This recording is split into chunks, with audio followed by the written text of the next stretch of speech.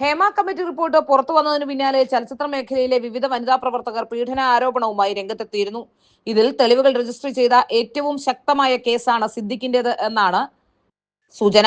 പരാതിക്കാരി ഉന്നയിച്ച ആരോപണങ്ങളെല്ലാം സാധൂകരിക്കുന്ന സാഹചര്യ തെളിവുകൾ അന്വേഷണ സംഘം കണ്ടെത്തിയിട്ടുണ്ട്. സിനിമാ പ്രിവ്യൂ കഴിഞ്ഞ അച്ഛനമ്മമാർക്കും കൂട്ടുകാരിക്കുമൊപ്പമാണ് സിദ്ദിഖിനെ കാണാൻ ഹോട്ടലിലെത്തിയെന്ന നടിയുടെ മൊഴി ശരിയാണെന്ന് അന്വേഷണ സംഘം സ്ഥിരീകരിച്ചിട്ടുണ്ട്. 2016 ജനുവരി 27 രാത്രി 12-ന് തിരുവനന്തപുരത്തെ മാസ്കോട്ട് ഹോട്ടലിൽ 101D നമ്പർ മുറിയെടുത്ത സിദ്ദിഖ് മടങ്ങിയത് പിറ്റേന്ന് വൈകിട്ട് 5-നാണ്. ഹോട്ടൽ രേഖകളെല്ലാം ശേഖരിച്ചു കഴിഞ്ഞു.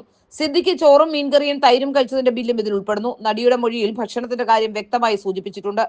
തന്നെ സിദ്ദിഖ് ക്ഷണിച്ച മുറിയിൽ നിന്ന് നോക്കിക്കഴിഞ്ഞാൽ സ്വിമ്മിംഗ് പൂൾ കാണാമെന്ന് നടി മൊഴി നൽകിയിരുന്നു. തെളിവെടുപ്പിനെത്തിയപ്പോൾ പരാതിക്കാരി ഇത് അന്വേഷണ സംഘത്തിന് കാണിച്ചു കൊടുത്തു.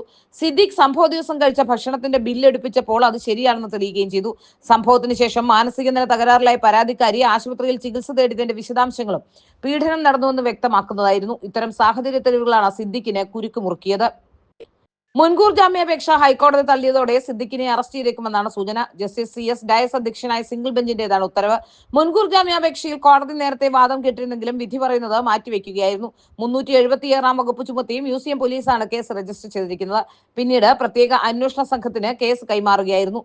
376 വകുപ്പ് അനുസരിച്ച് ബലാത്സംഗത്തിന് 10 വർഷത്തിൽ കുറയാത്തതും ജീവപര്യന്തം നീണ്ടേക്കാവുന്നതുമായ തടവും പിഴയും ശിക്ഷയായി ലഭിക്കാം. സെക്ഷൻ 506 അനുസരിച്ച് ഭീഷണിപ്പെടുത്തലിന് 2 വർഷം വരെ തടവോ പിഴയോ രണ്ടും കൂടിയുള്ള ശിക്ഷയോ ലഭിച്ചേക്കാം. എന്നാൽ അറസ്റ്റ് തടയുന്നതിനായി സിദ്ദിഖ് സുപ്രീം കോടതിയെ സമീപിക്കുമെന്നാണ് സൂചന. വിധിപ്പകർപ്പ് വന്ന ശേഷമായിരിക്കും സുപ്രീം കോടതിയെ സമീപിക്കുകയെന്നാണ് പുറത്തുവരുന്ന വിവരം.